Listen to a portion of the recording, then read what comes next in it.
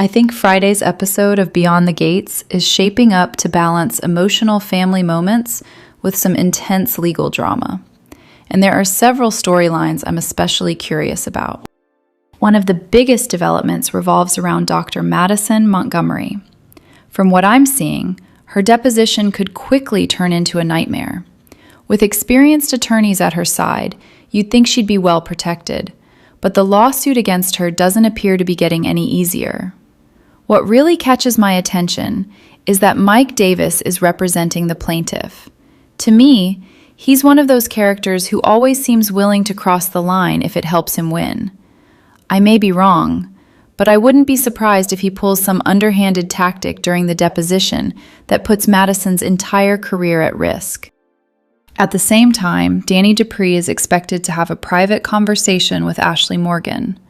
And I think it's probably connected to Naomi Hawthorne's recent BRCA gene revelation. Naomi has finally opened up to both Dani and Jacob Hawthorne about carrying the gene variant, and despite the initial shock, they responded with love and support. Now that Dani knows she carries the same genetic variant, it makes perfect sense that she'd want answers about her own future. If that's where this conversation is headed, I expect Ashley will explain the preventative treatment options Dani may need to consider. It could become one of the more emotional and realistic scenes of the episode. Another storyline I'm watching closely involves Darlene Hawthorne and Leslie Thomas. Surprisingly, these two seem to be reaching a new understanding. Leslie has genuinely been trying to change, and Darlene appears willing to give her another chance. I hope that progress continues, but based on Leslie's history, I'm not completely convinced this peaceful version of her will last. It feels like all it would take is one betrayal or one person pushing the wrong button for everything to fall apart again. Meanwhile, their children, Isaiah Hawthorne and Eva Thomas, are expected to negotiate some terms. I was wondering whether this will be playful flirting or the beginning of a real disagreement. Since Isaiah has been helping Eva recover from surgery and staying at her place, I could easily see them discussing boundaries and figuring out how to make their living situation work. It has the potential to strengthen their relationship while also revealing a few differences between them. Then there's the emotional storyline involving June. She's expected to be brought to tears by a very special gift, and I immediately thought about Tyrell Richardson Smith's J tattoo from the previous episode. At first, Martin Richardson and Bradley Smitty Smith assumed the tattoo was dedicated to Tyrell's girlfriend, Jessica Harris. Instead, Tyrell revealed that it was actually a tribute to his biological mother. To me, that reveal carried much more emotional weight than anyone expected. And if June learns the true meaning behind it, I can absolutely understand why she'd become so emotional. Overall, I think this episode is trying to deliver a little bit of everything. The legal battle surrounding Madison looks ready to explode. Dani may be facing life-changing medical decisions. Leslie's redemption story will continue to be tested. Isaiah and Eva could take another important step in their relationship, and Tyrell's heartfelt gesture may provide one of the week's most touching moments. If these storylines unfold the way they're being teased, Friday's episode should offer a satisfying mix of suspense, heartfelt family drama, and emotional payoffs. I think this was one of the most emotional episodes because it finally showed Naomi reaching the point where she couldn't carry her secret alone anymore. She turns to Dani, desperately needing someone to confide in. At first, Dani completely misunderstands the situation. Since she's already struggling with her own guilt, she assumes Naomi is about to confess that she cheated on Jacob. But that's not the truth at all. Instead, Naomi finally reveals something she's only shared with Ashley so far. She's a BRCA gene carrier. To me, that's a much heavier secret than anyone around her realized. She's been carrying the fear, the uncertainty, and the burden of that diagnosis while pretending everything was normal. Naturally, her biggest concern is how Jacob will react once he learns she's been hiding this for months. After talking with her mother, Naomi finds the courage to go home and tell Jacob everything. She admits not only that she's a BRCA carrier, but also that she's been lying to everyone for months. I was relieved to see Jacob respond with nothing but support. Rather than focusing on the deception, he makes it clear he'll stand by her no matter what. That unconditional support gives Naomi the confidence to reveal the next part of her plan. She's seriously considering a double mastectomy to reduce her cancer risk as much as possible. Meanwhile, Dani is dealing with her own emotional fallout. When Andre gets home, she rushes into his arms and blames herself for everything, especially for not being the safe place Naomi felt she could turn to. Andre genuinely tries to comfort her, but his choice of words only makes things worse.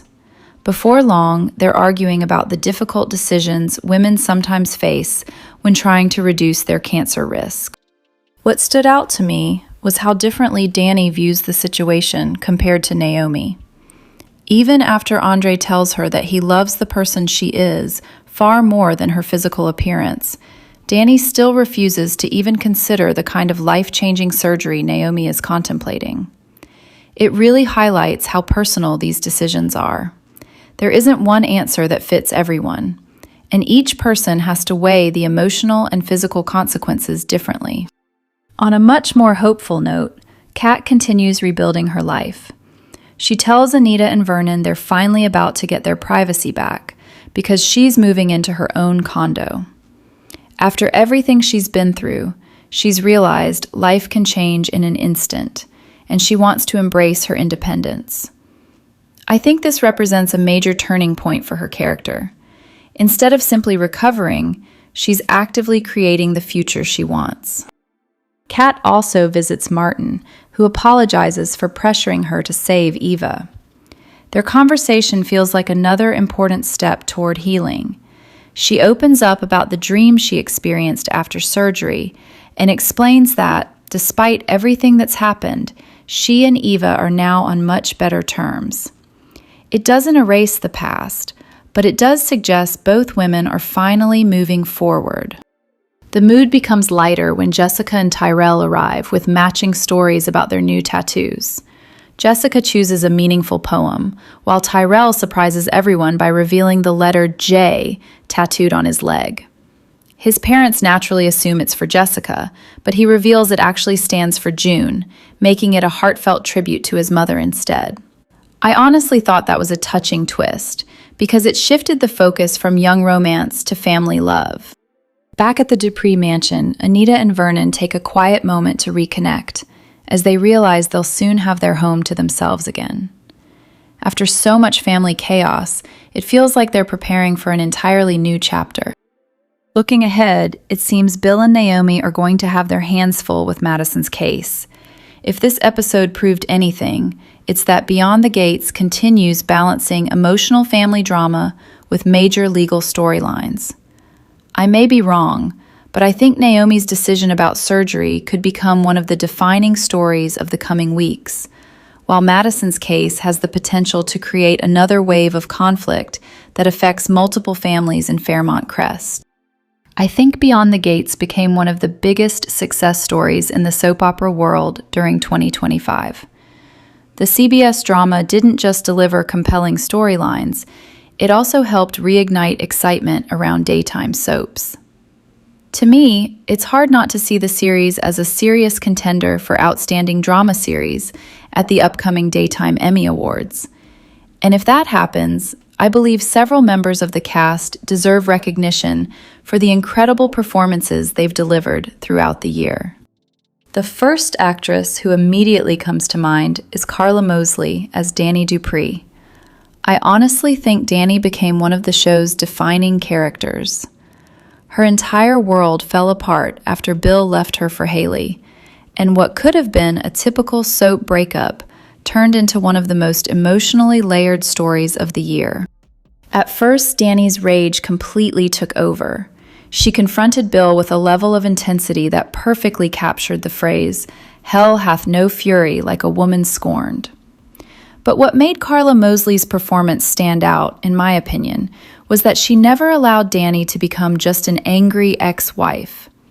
Underneath all that fury was a woman devastated by betrayal, trying desperately to hold herself together while quietly falling apart. Watching Dani turn to alcohol as a way to cope with the collapse of her marriage was heartbreaking. Mosley balanced strength, vulnerability, bitterness, and sadness in a way that made every emotional beat feel genuine. I was actually surprised when I remembered that she never received a Daytime Emmy nomination for her groundbreaking role as Maya on The Bold and the Beautiful. Maybe this time things will finally be different. If there's ever been a performance worthy of a lead actress nomination, I think Dani Dupree is it. Another standout for me has to be Tamara Tunie. Her return to daytime television as Anita Dupree reminded everyone why she's such a respected actress. Anita initially appeared to be the calm, graceful matriarch holding her family together, but as the story unfolded, viewers realized she was carrying decades of emotional baggage. Everything changed when former Articulettes members Sharon and Tracy returned. Those scenes forced Anita to revisit painful memories about the group's rise to fame and the heartbreaking circumstances surrounding its breakup. I thought Tunie delivered some of the year's most emotionally powerful performances as Anita struggled with guilt and the belief that her own actions may have contributed to Barbara's death. What impressed me most was how Tunie peeled back Anita's composed exterior to reveal years of suppressed grief and regret. Then, just when it seemed Anita had finally found peace, the story delivered another devastating twist with her breast cancer diagnosis at the end of 2025. Considering Tamara Tunie has never received a Daytime Emmy nomination, I honestly think this could finally be the performance that changes that. Another actress who really exceeded expectations was Amber Michelle as Eva. I think Eva's storyline became one of the emotional centers of the series.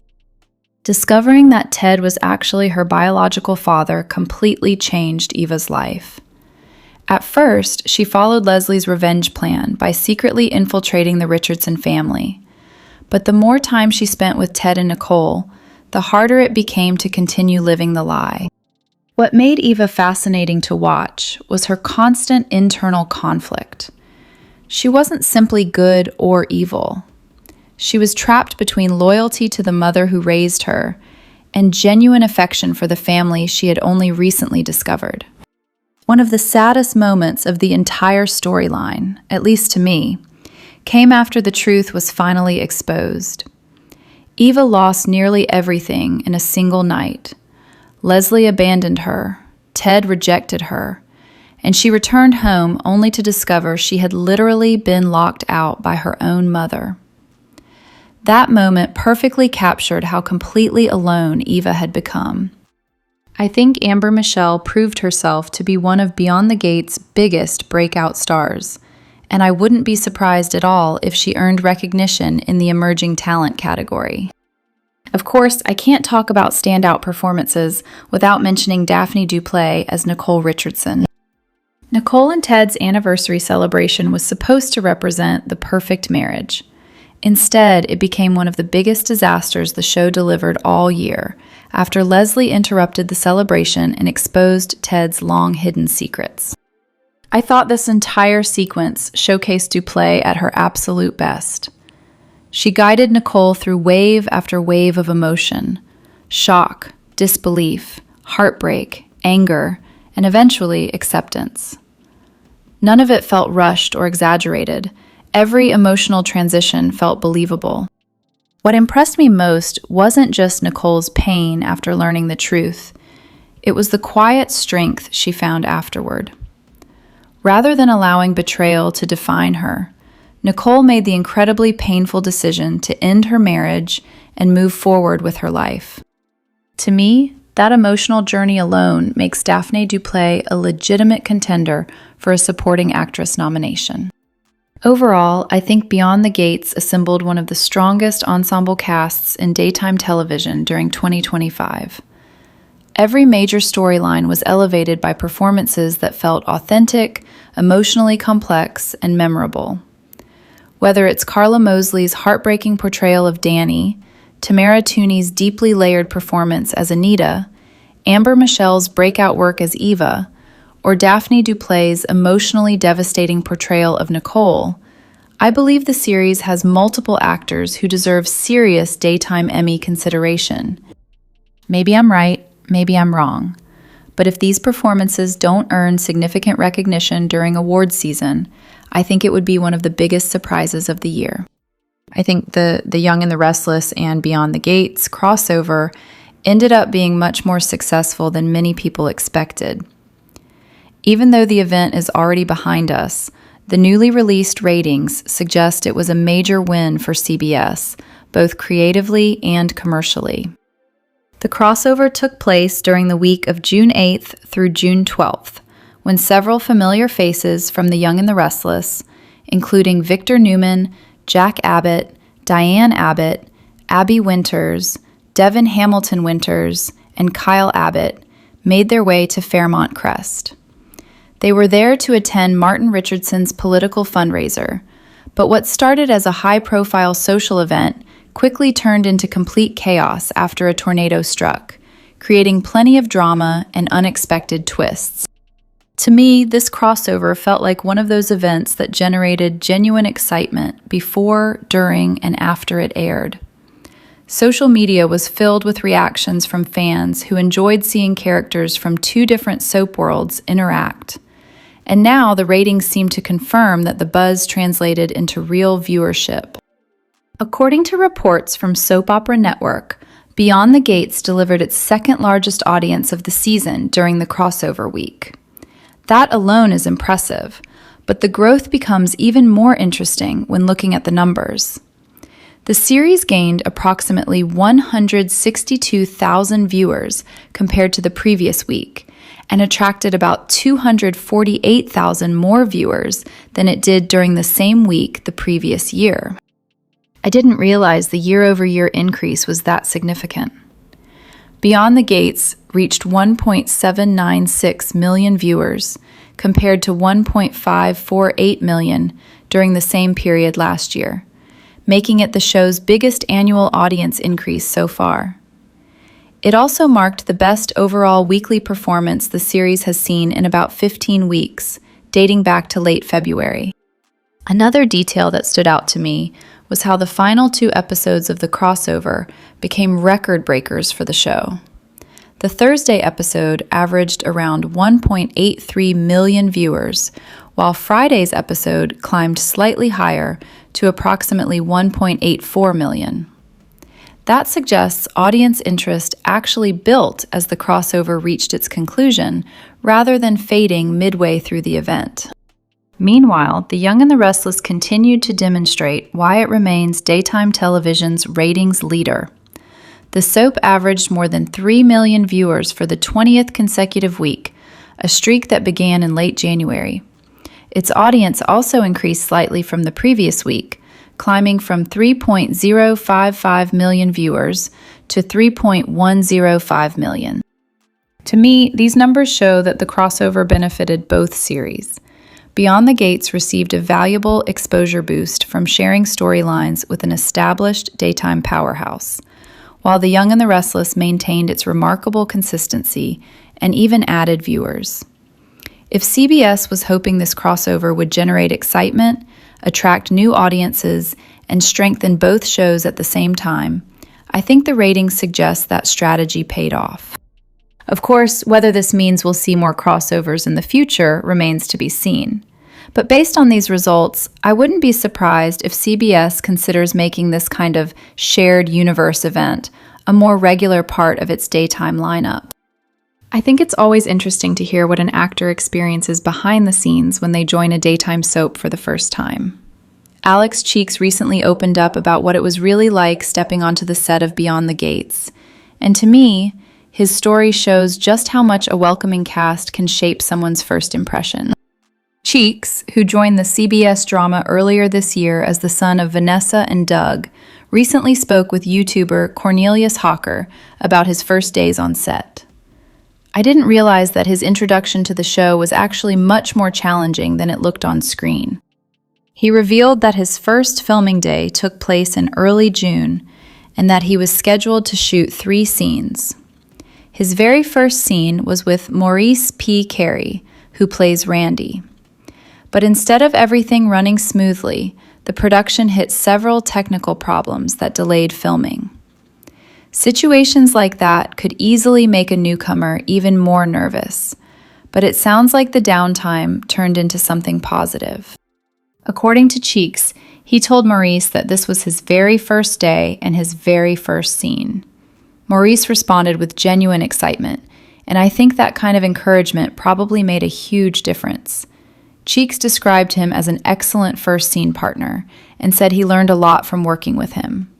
Rather than remembering the delays, he seems to remember the support he received, which says a lot about the atmosphere on set. His other scenes that day were with Ernestine Johnson, who plays Shanice, and Lauren Buglioli, who portrays his on-screen mother, Vanessa. However, it was his connection with Buglioli that really stood out to me. Cheeks explained that the two clicked almost immediately and have stayed in touch ever since, talking almost every other day. He even described her as a great TV mother figure. I think it's always nice to hear when on-screen family relationships are backed by genuine friendships off-camera, because that chemistry often translates naturally into the performances viewers see. What I found especially interesting is that Buglioli started helping him before he even stepped onto the set. Cheeks said producers had already told him she was wonderful to work with, and according to him, she completely lived up to that reputation. Before his first day, Buglioli even joined him on a Zoom call to walk him through the ongoing storyline, explain how she viewed Vanessa as a character, and discuss the relationship between their characters. I think that kind of mentorship is incredibly valuable, especially for someone entering an established soap with a long-running story already in motion. It gave Cheeks a stronger understanding of where his character fit into the larger picture before filming ever began. Looking at everything he shared, I think one theme stands out more than anything else. While joining a new soap can be intimidating, the people around him made the transition much easier. From Maurice P. Carey helping him through his very first scene, to Lauren Buglioli guiding him before cameras even started rolling, Cheeks seems to have found a cast that genuinely wanted him to succeed. To me, stories like this remind us that what happens behind the scenes is often just as important as what viewers see on screen. A supportive environment can help a new actor settle in quickly, build confidence, and ultimately deliver stronger performances. If this positive experience is any indication, it will be interesting to see how Alex Cheeks continues to grow as part of the Beyond the Gates family. I think one of the most powerful things celebrities can do is be honest about the struggles people rarely see. That's exactly what Beyond the Gates star Daphne Duplay did as she continued her personal countdown to turning 50, sharing one life lesson each day over 50 days. Her 9th lesson wasn't about success or career milestones. It was about something many of us take for granted until it's gone: sleep. For Daphne, the simple phrase, "sleep is healthcare," comes from years of personal experience. Listening to her story, I realized this wasn't just another wellness message. It was the reflection of someone who had spent decades fighting a battle that most people around her probably never fully understood. She revealed that her sleep problems began back in high school. Most nights, she only managed 3 or 4 hours of sleep, and even then, the rest she got wasn't refreshing. Every morning started with exhaustion, irritability, and a desperate search for energy. She would walk to school, stop at a corner store, and grab a Coke and a chocolate bar. Looking back, she joked that it was her breakfast of champions, but to me, it also showed just how much she was relying on sugar simply to get through the day. As she grew older, the problem never disappeared. It only evolved. Instead of sugary snacks, she turned to caffeine. 2 cups of coffee and 3 Red Bulls became part of her routine just to stay awake. Eventually, she was prescribed sleep medication and ended up taking it every single day. But after years of depending on it, the medication stopped working altogether. What really struck me was hearing how much worse things became around 3 years before she joined Beyond the Gates. For 6 straight months, she said she woke up every single hour throughout the night. I can only imagine how physically and emotionally draining that must have been. She admitted she truly believed she was going insane because her body simply couldn't get the rest it desperately needed. The most heartbreaking part of her story came when she shared just how hopeless she felt. She remembered thinking, "I don't think I can be on this planet if this is only going to get worse." To me, that's an incredibly vulnerable admission. It shows how prolonged sleep deprivation can affect not only your body, but also your mental and emotional well-being. Hearing someone speak so openly about reaching that point makes her story feel even more powerful. Rather than giving up, Daphne decided to search for another solution.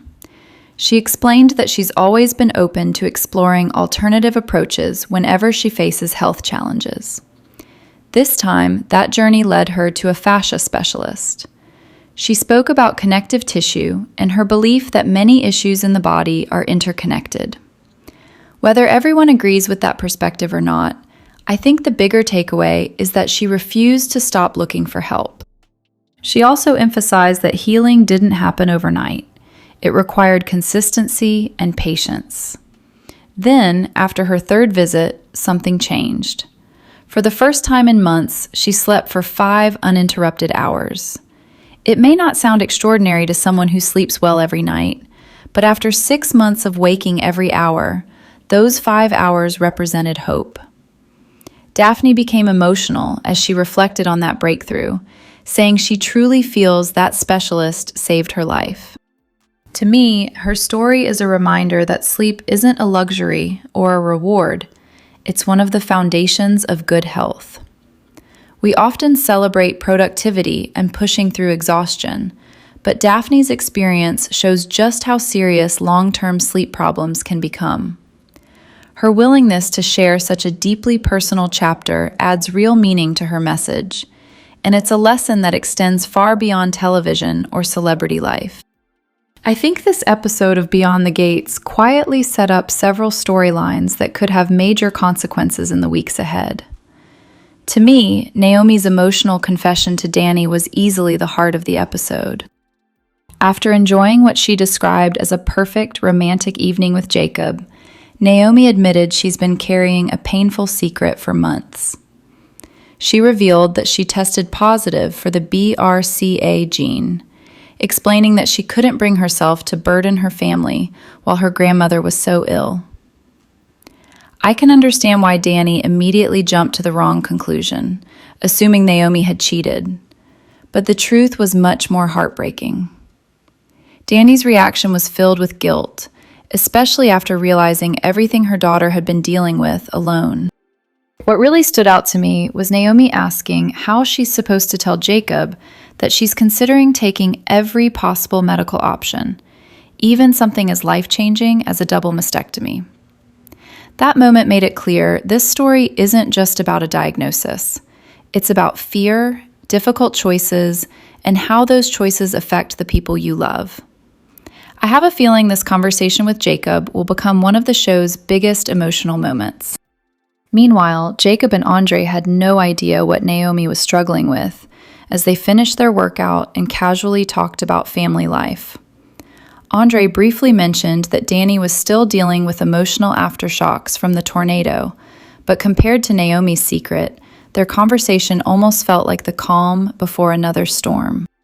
The younger generation brought some lighter moments, although I was wondering whether Tyrell was pushing things too far. After playing pickleball with Jessica, he repeatedly tried convincing her to have sex, but every suggestion hit another obstacle. When that didn't work, he suddenly proposed matching tattoos instead. Jessica initially thought the idea was ridiculous, yet somehow he managed to convince her. To me, this felt less like romance and more like Tyrell trying to keep their relationship exciting before leaving for college. At the same time, Samantha revealed to her parents that Jessica fully intends to break up with Tyrell before he heads off to school. That revelation caught everyone off guard. Her parents were especially concerned that Tyrell might eventually choose UCLA, something they clearly don't want happening. I think this storyline is setting up a conflict that goes well beyond a teenage romance. Back at home, Vernon continued taking care of Anita, while Kat arrived with unexpected news of her own. She announced that she had already bought a condo and would be moving out much sooner than anyone expected.